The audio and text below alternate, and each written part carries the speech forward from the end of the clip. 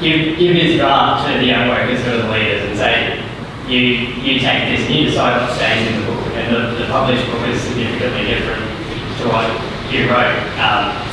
And just that humility that I think connects to the passion that you spoke about there. But I guess the other point, I work now in community organising, and I think a lot of the analysis that you just gave of the community services and social services sector is something that we do a lot of work in providing ways for how to reinvent those values and those practices back in the community sector and rediscover that in their own communities in order to make that power dynamic change that you're talking about. So I think that discussion will be a really interesting one. Yeah, thank you for your reflection. Yes. Oh, there's no doubt about it. I think there's a lot from you know, I can always tell, I mean, I've worked in this sector for 30 years, I could tell anyone when they got a job where they'd been involved in the YCW. You could pick it straight away. In the way they worked, the way they thought, their values, it just jumped out. And they work differently, you know, I just, you know, and what I'm saying in that is that, you know, people like Hugh O'Sullivan exemplified that approach, and it's what the YCW, what I see as the justice formation method, could actually, how it needs to influence the community service sector.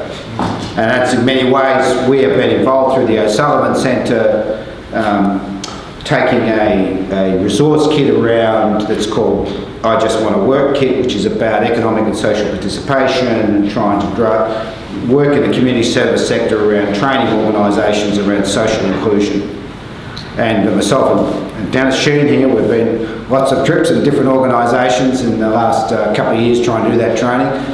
And sometimes been very successful, sometimes very, very challenging. But we're trying to say that actually the work of the YCW has got a point here and an opportunity to influence the community service sector. Kevin Ryan, YCW. I was wondering, you made some comments about community services. I was wondering how you rated the financial counselling section of community services.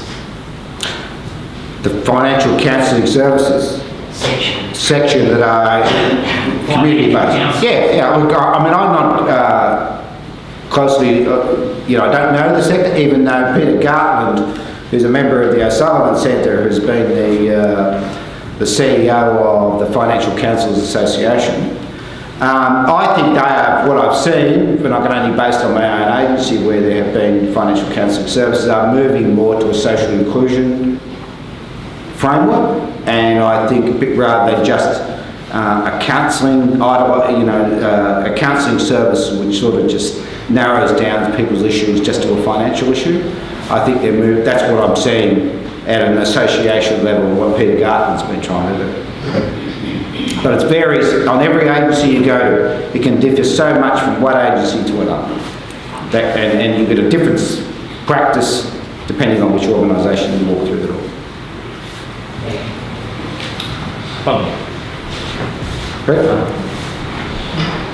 It's Brett from Sunshine. When I saw Berkey and Huey being remembered today, really, just on Huey, my experience with police has been just unbelievable. Murphy and Karuk and they really brought, great children's work, especially to me. I remember Huey coming up to me and says, Brett, I think he worked in Mount Gambier for a while, didn't he? Was he? Yeah. He said, Brett, I want you to come over to Mount Gambier. I said, you're joking, mate. I just applied from Whistler. So he actually paid my ticket, plane, put me on a plane, so I reckoned that we could get something over the line. And anyway, that's the sort of thing he just goes beyond the call of duty. Put me on a plane. Whether I had any feet, but she knocked up on